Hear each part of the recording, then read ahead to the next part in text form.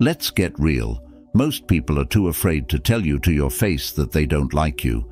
Instead, they hide behind fake smiles, hollow compliments, and forced politeness.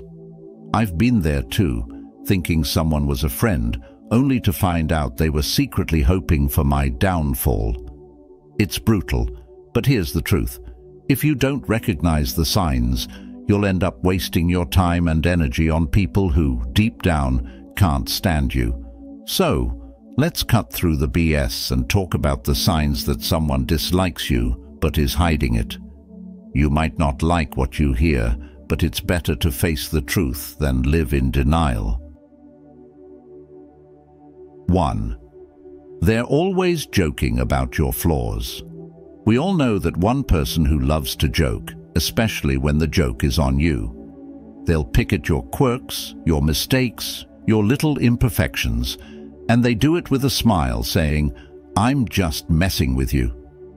It seems harmless at first, but let's not kid ourselves. These jokes are often more than just playful banter. They're calculated digs, cleverly disguised as humor, meant to chip away at your self-esteem bit by bit. I remember a time when I was close to someone who seemed to always have something to say about me. How I dressed, the way I spoke, even the projects I was working on. At first, I laughed it off, thinking it was all in good fun. But as time went on, I noticed a pattern. The jokes were always aimed at my perceived weaknesses, never at my strengths. It wasn't long before I started second-guessing myself, wondering if maybe I was the problem, if maybe these flaws were as glaring as they made them out to be. Here's where the controversy kicks in.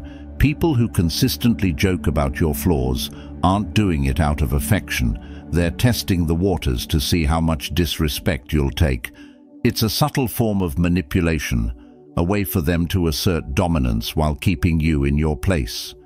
They're telling you, in no uncertain terms, that you're beneath them. And the most insidious part? They get away with it, because we've been conditioned to believe that if we can't take a joke, we're the ones with the problem. But let's flip that script. I'm here to tell you that there's nothing wrong with standing up for yourself when a joke crosses the line. In fact, it's essential. You deserve to be around people who lift you up, not those who knock you down just to get a cheap laugh. True friends don't need to point out your flaws to feel better about themselves. They celebrate your strengths and help you work through your weaknesses without making you the butt of the joke. I've seen it happen time and again, people who let these kinds of jokes slide, thinking it's easier to keep the peace than to make waves. But here's the deep truth. Allowing others to disrespect you, even in jest, is a slippery slope. It starts with small comments, but over time, those jokes can wear you down, making you question your worth. And the more you allow it, the more they'll push, until you're left doubting yourself, all because you didn't want to seem too sensitive. I had to learn this the hard way. I realized that by laughing along, I was giving them permission to keep going. I was complicit in my own disrespect. It wasn't until I started pushing back, setting boundaries, that I noticed a shift, not just in how they treated me, but in how I saw myself. I stopped letting their words define me and started owning my narrative. So here's my advice. The next time someone makes a joke at your expense, don't just laugh it off. Ask yourself, is this really funny, or is there something more going on here? And if the answer is the latter, don't be afraid to call them out. It might be uncomfortable, it might even end the friendship, but your self-respect is worth far more than someone's misguided sense of humor. In the end, life's too short to surround yourself with people who can't see your value. If their idea of friendship is constantly pointing out your flaws, then it's time to find new friends. The ones who truly care about you will never need to put you down to feel good about themselves. So stand tall, speak up, and don't let anyone reduce you to a punchline. 2. They give compliments that sting like insults. We've all been there. Someone gives you a compliment, But instead of feeling good, you're left with a bitter aftertaste, like you've just been slapped with a velvet glove. It's the kind of compliment that makes you pause and think, wait, was that a compliment or an insult? And here's the harsh reality. Often, it's a bit of both. These backhanded compliments are a subtle, almost sneaky way for people to undermine you while pretending to be kind. I remember a time when I was working on a big project that I was incredibly proud of. After putting in countless hours of hard work, I finally shared it with a group of colleagues. One of them, someone I thought was a supporter, said with a smile, "Wow, this is actually pretty good for someone like you." I stood there, stunned. On the surface, it seemed like a compliment, but those last few words, "for someone like you," hit me like a ton of bricks. What did that even mean? Was I not supposed to be capable of doing good work? And that's the controversy here. These so-called compliments are laced with a hidden agenda. They're not meant to uplift you, they're designed to keep you in your place. It's a power play, a way for the person giving the compliment to assert their superiority while making you doubt your own abilities. They're saying, "I see you trying, but you'll never be as good as me." It's toxic, but it's wrapped up in such a pretty package that you almost miss the poison inside. Let's be real. People who give backhanded compliments are often insecure themselves. They see your potential, your strengths, and it scares them.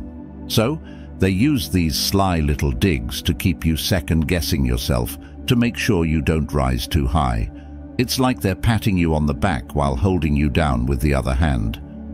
And here's where it gets even more controversial. We've all done it at some point. Maybe not intentionally, but we've all let our insecurities slip out in the form of a compliment that's meant to remind someone else of their place. But here's the deep message. You don't have to accept this disguised hostility. You have the power to reject it, to see it for what it really is, a reflection of their own insecurities, not a measure of your worth. When someone says, "You're smarter than you look," or "This is good, considering you're new at this," you don't have to swallow it whole. Call it out for what it is, even if it makes things awkward. Because if you don't, you're allowing them to dictate how you see yourself, and that's a power you should never hand over to anyone. I've learned to recognize these compliments for what they are, a mirror reflecting someone else's insecurities. And when you see it that way, it loses its sting. Instead of internalizing it, you can almost laugh it off. Because at the end of the day, their words say more about them than they ever will about you. So here's what I do now. When I receive a backhanded compliment, I don't let it slide. I'll respond with something like, "Thanks, but what do you mean by that?" It forces them to confront the insult hidden in their words, and more often than not, it puts them on the spot. They're suddenly aware that you're not playing their game, and it's amazing how quickly their tune changes. The takeaway: don't let anyone's veiled negativity define you. Whether it's a well-meaning friend, a jealous colleague, or even a family member, remember this: your worth isn't up for debate. Compliments should lift you up, not tear you down. If someone's words leave you questioning yourself, it's time to question their intentions instead. Life is too short to waste on people who can't genuinely celebrate your successes. Surround yourself with those who see your value and aren't afraid to let you know it, without any strings attached. 3. They subtly exclude you from plans. It's the little things that sting the most, like realizing that your so-called friends accidentally forgot to invite you to that dinner, that party, or that weekend getaway. They'll swear it was an oversight, that it was a last-minute thing, or worse, they'll assume you were too busy anyway. But let's be real, these aren't accidents. This is social exclusion in its sneakiest form, and it's a clear sign that you're not as valued as you think. I've been on the receiving end of this too many times. I remember checking my phone one weekend and seeing pictures of a group of friends having a great time at an event I would have loved to attend. The kicker? Not a single person mentioned it to me beforehand. When I casually brought it up later, they were full of excuses. "Oh, we thought you were busy," or "It was such a last-minute plan." But deep down, I knew the truth.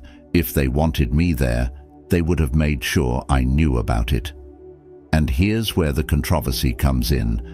This kind of exclusion isn't just thoughtlessness, it's deliberate. It's a way of sending a message without saying a word.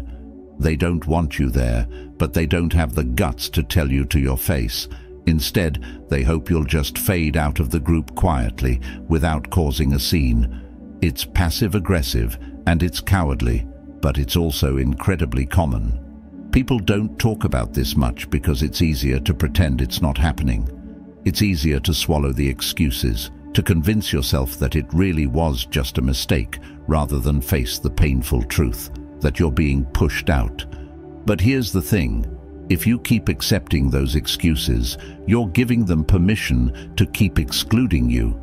You're letting them decide your place in their lives, rather than taking control of your own narrative. I had to learn this the hard way.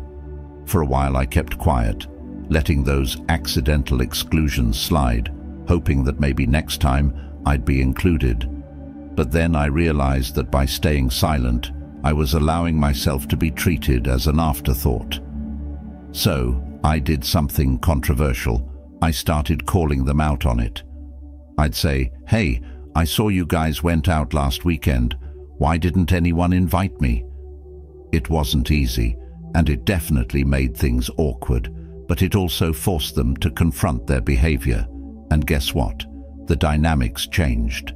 Some people got defensive, others tried to make up for it, but the bottom line was clear. I wasn't going to let them exclude me without a fight. Here's the deep message. If people want you in their lives, they'll make the effort to include you, no matter how last-minute the plan is. And if they don't, then it's time to rethink the value of those relationships. You deserve to be around people who don't make you feel like you're constantly chasing after their approval or their attention. True friends don't forget to invite you. They make sure you're there because they genuinely enjoy your company. So, if you find yourself being subtly excluded from plans, don't just brush it off, confront it. Ask the hard questions and be prepared for the answers, even if they're not what you want to hear. Because at the end of the day, it's better to know where you truly stand than to be left wondering why you were left out again. And remember, you're not a backup option, you're a priority. Surround yourself with people who treat you like one. 4. They're busy only when it comes to you. We've all heard it before. "I'm so busy these days, sorry I can't hang out." It's the perfect excuse. After all, who isn't busy? But what happens when you start noticing a pattern? They're always available for others, posting pictures of their outings, catching up with mutual friends.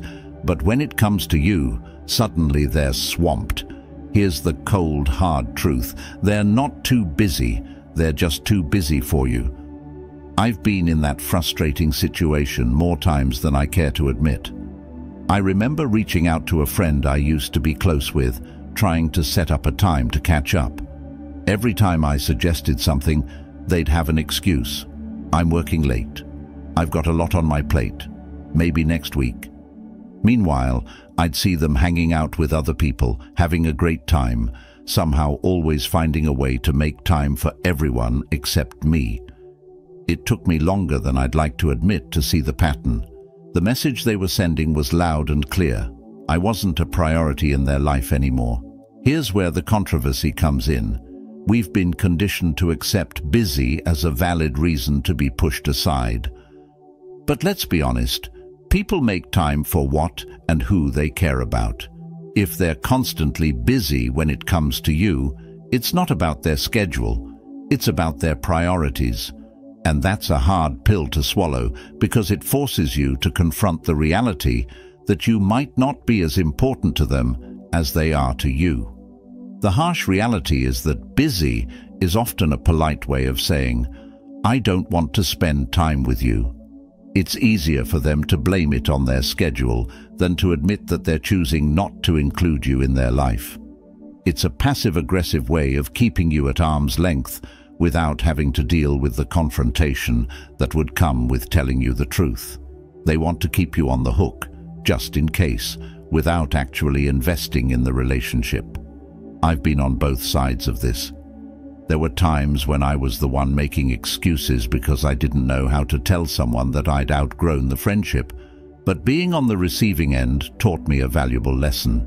It's better to be honest, even if it's uncomfortable, than to string someone along with excuses. When I finally called out my friend on always being busy, the conversation was awkward, but it was necessary. It gave me the clarity I needed to move on and invest my time and energy in relationships where I was valued. And here's the deep message: your time is precious, and so is your energy. Don't waste it on people who can't be bothered to make time for you. If someone is constantly too busy for you, it's time to reassess the relationship. You deserve to be around people who are excited to see you, who make an effort to include you in their lives, not just when it's convenient for them, but because they genuinely enjoy your company. It's important to recognize that people change, and so do relationships. Sometimes we hold on to people out of habit, nostalgia, or fear of being alone, even when they've clearly moved on. But there's strength in letting go, in acknowledging that you deserve more than someone's leftover time. It's not about being needy or demanding, it's about valuing yourself enough to walk away from those who don't value you. 5. They avoid physical contact like the plague. Let's talk about the elephant in the room: physical contact, or rather, the lack of it. We're not just talking about romantic relationships here. Physical contact is a basic human interaction, a way of connecting and building trust. So what does it mean when someone goes out of their way to avoid even the most casual touch? The answer isn't pretty. They're sending a clear signal that they're uncomfortable around you, and it's time to pay attention. I once had a colleague who seemed to recoil every time I reached out for a handshake or a friendly pat on the back.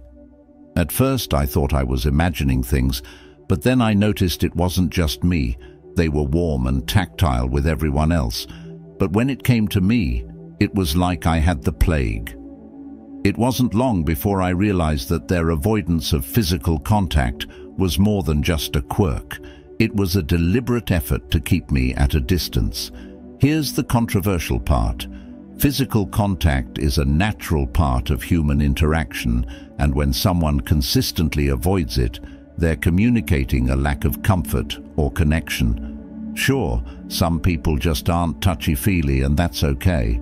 But when it's selective, when they're fine hugging others but stiffen up around you, it's a red flag that something's off. They might not dislike you enough to say it outright, but their body language is doing all the talking, and let's be honest, we've all been there, on both sides of the equation. Maybe you've avoided a handshake or leaned back when someone got too close because you just weren't feeling the vibe. Or maybe you've been on the receiving end, wondering why someone always seems to flinch when you're around. It's uncomfortable, it's awkward, and it's often a sign that the relationship isn't as strong as you'd like to think. But here's the deeper truth. Physical contact is a fundamental part of human connection. It's how we show trust, warmth, and empathy. When someone avoids it with you, they're not just avoiding touch, they're avoiding closeness, intimacy, and vulnerability.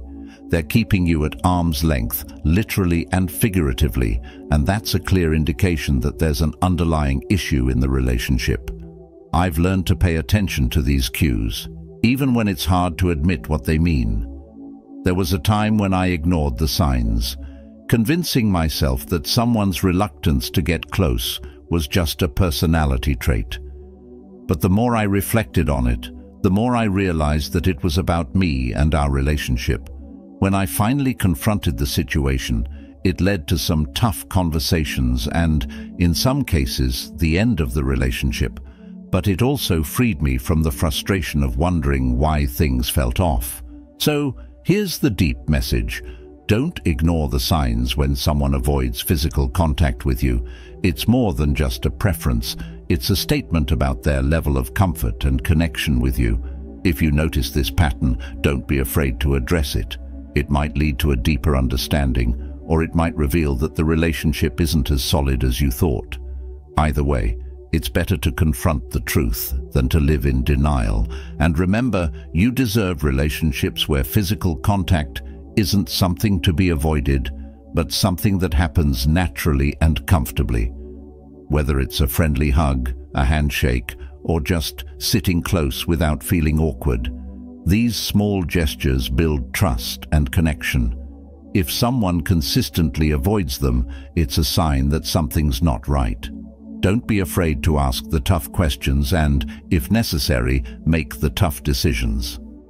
Life's too short to be surrounded by people who keep you at a distance, literally and figuratively. 6.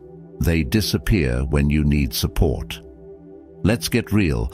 Nothing reveals the true nature of a relationship like a crisis.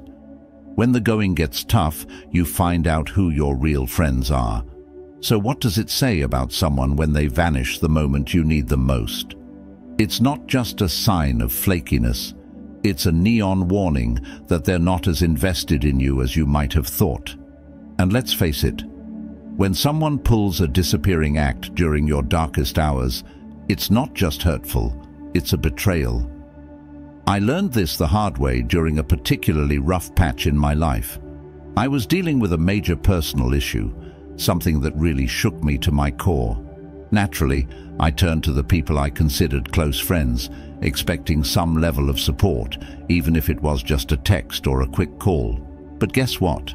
Crickets. The people I thought would be there for me suddenly had every excuse in the book. I'm so swamped at work. Sorry, I'm just really busy right now. I'll check in with you later.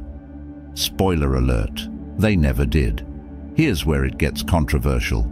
People love to talk about how they'll always be there for you, but when push comes to shove, many of them are only around for the good times. They'll party with you, laugh with you, and enjoy the high points of your life. But the minute things get real, they're nowhere to be found. It's easier for them to ghost you than to deal with your pain or discomfort. They don't want to be dragged into your problems because deep down, they don't care enough to be there when it counts.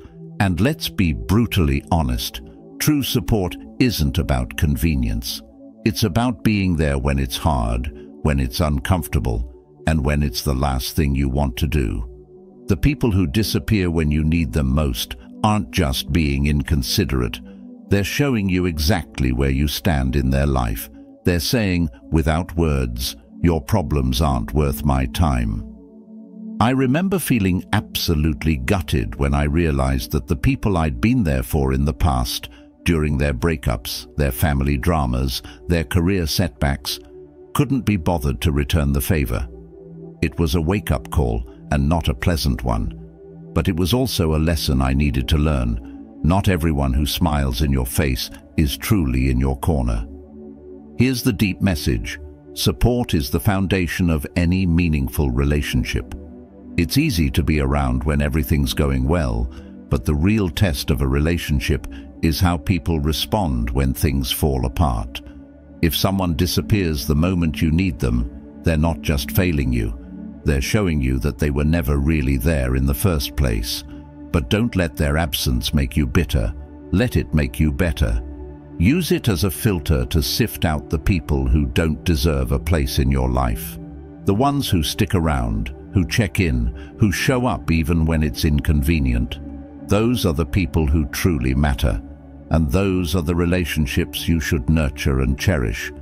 In the end, life is too short to invest in fair-weather friends. Surround yourself with people who will stand by you in the storm, not just bask in the sunshine. Because when you find those rare individuals who stick around when the chips are down, you've found something worth holding on to. And as for those who disappear, Let them go. They've already shown you their true colors. 7. They gossip about you behind your back. Gossip, it's the social poison that spreads faster than wildfire and can burn down relationships in an instant. The thing about gossip is that it's never as innocent as people make it out to be. When someone you consider a friend talks behind your back, they're not just sharing a harmless story, they're actively sabotaging your trust, your reputation, and your relationship. And let's be real, when they gossip about you, it's a clear sign that they don't respect you, no matter how friendly they act to your face. I've been the subject of gossip before, and let me tell you, it's one of the most gut-wrenching experiences. There was a time when I confided in someone I thought was a close friend about a personal issue. I needed to vent, to unload some of the weight I was carrying, and I trusted this person to keep it between us. But within days, details of that conversation started circulating, twisted and exaggerated. It was like a game of telephone, except the message wasn't just getting lost. It was being weaponized against me. The person I trusted had turned my vulnerability into entertainment for others. Here's the controversial truth. People who gossip about you aren't just venting or sharing concerns. They're playing a power game.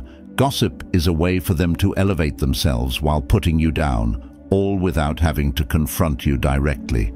It's cowardly, it's manipulative, and it's toxic.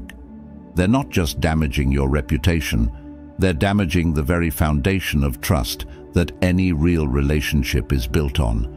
And let's get one thing straight. People who gossip about others to you will gossip about you to others. It's a pattern, not a one-time thing. I've seen it happen too many times to count. Someone who loves to spill the tea on everyone else suddenly goes quiet when they're around you. Guess what? They're probably spilling your tea when you're not around.